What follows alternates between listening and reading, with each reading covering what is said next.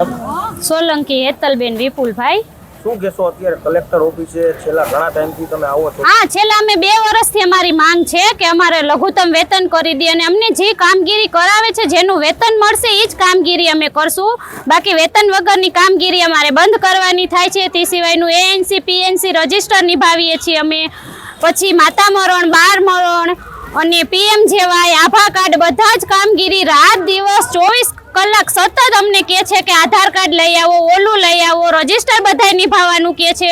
અમારે કા ઓનલાઈન કામગીરી કહે છે, એટલે કા બેમાંથી એક થશે, કા ઓનલાઈન કામગીરી કરશું અને કા એને ઓફલાઈન કામગીરી કરશું। રજિસ્ટર તો અમે નિભાવવાના નથી, કારણ કે રજિસ્ટર તો અમે તો કહે છે કે તમને કાયમી છો જ નહીં, તો અમારે તો ડેઈલીનું ડેઈલી ડાયરીમાં લખી એટલે આવી ગયું ને। રજિસ્ટર નિભાવવાની અમારે શું જરૂરત છે? કોના દ્વારા આવું કહેવામાં આવું અમને અમારા નર્સબેનો FHW કહે છે, આગળ MO કહે છે, કૈલાસબેન એટલે નામ તો બધા FHW।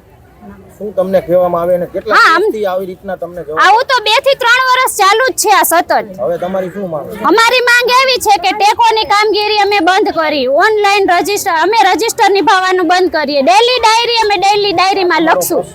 હા, સોલ્વ નહીં થાય તો તમે આગામી દિવસોમાં શું કરશો? તો અમે હડતાલ ઉપર રહેશું જ હજી, જ્યાં સુધી અમારી માંગ પૂરી નહીં થાય ત્યાં સુધી અમે હડતાલ ઉપર રહેવા માંગીએ છીએ। કલેક્ટર ઓફિસે શેના માટે? અત્યારે અમે આવેદન પત્ર દેવા માટે આવ્યા હતા।